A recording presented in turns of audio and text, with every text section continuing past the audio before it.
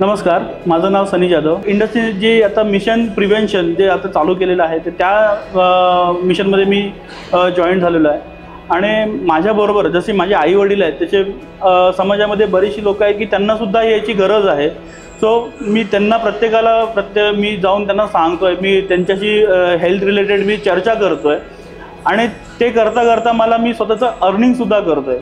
आता माझ्याकडे असे बरेचसे अनुभव आहेत की त्यांना बरेच अगोदर अर्ली डिटेक्शनमुळे त्यांना त्यांच्या लाईफमध्ये त्यांना खूप फायदा झालेला आहे।